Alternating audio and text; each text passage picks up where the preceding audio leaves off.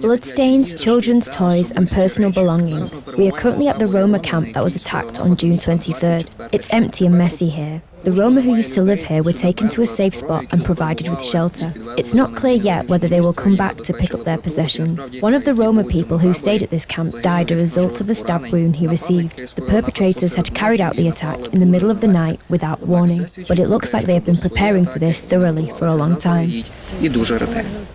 14 people were at the camp during the attack, 10 adults and 4 children. A pregnant woman was also among them. One of the Roma people who had been injured is a 19-year-old man from the Zakarpattia region. He came to Lviv with his relatives to collect metal, glass, paper and hand them in for recycling. He was attacked in his sleep with a knife, receiving injuries to his chest, back and leg.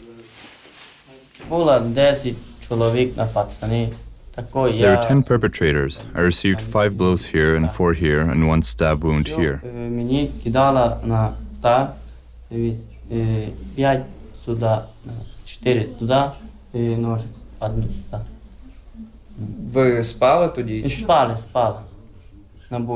were asleep inside the tent.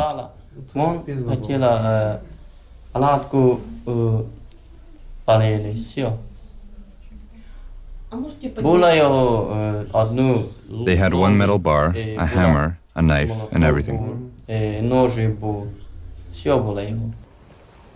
Police immediately detained the suspects. There were 11 young men aged 16 to 18, as well as a 20-year-old organizer of the attack. The majority of them are senior students in Lviv schools. They identified themselves as members of an ultra-right-wing organization, Sober and Evil Youth. The group has a Telegram channel and a YouTube channel named Lemberg Jugend, where they post racist and neo-Nazi content. However, the channel only has a few dozen subscribers. The school, which is attended by 5 of the young men, commented that they could never have imagined that the teenagers would have been capable of such violence. These children are actually sociable and not aggressive. They have never been part of any conflicts or fights. This never happened. Quite the opposite. The kids took part in various activities. They were involved in charity. They helped us with different projects. We informed them about conflicts and different situations that can arise during communication with different members of society. So we really are shocked that they're part of this case.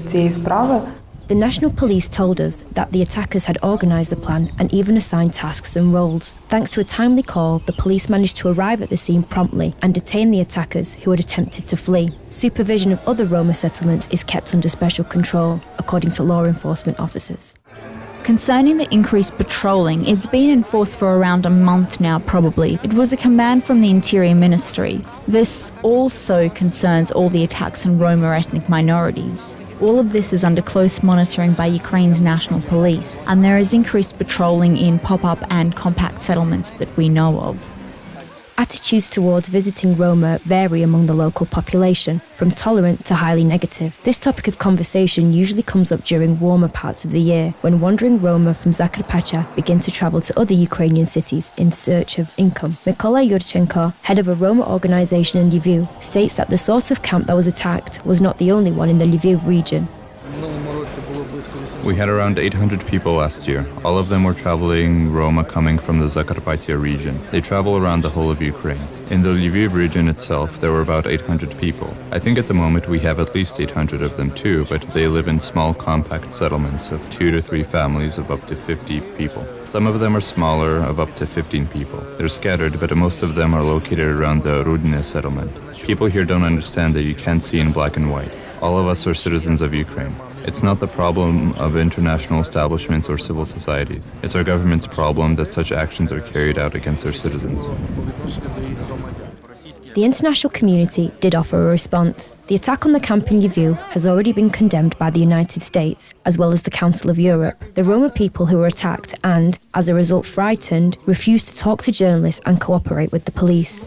After the attack, they wanted to return home to Zakarpattia. Meanwhile, suspects in the attack are facing up to 15 years to life imprisonment for intentional homicide motivated by racist attitudes.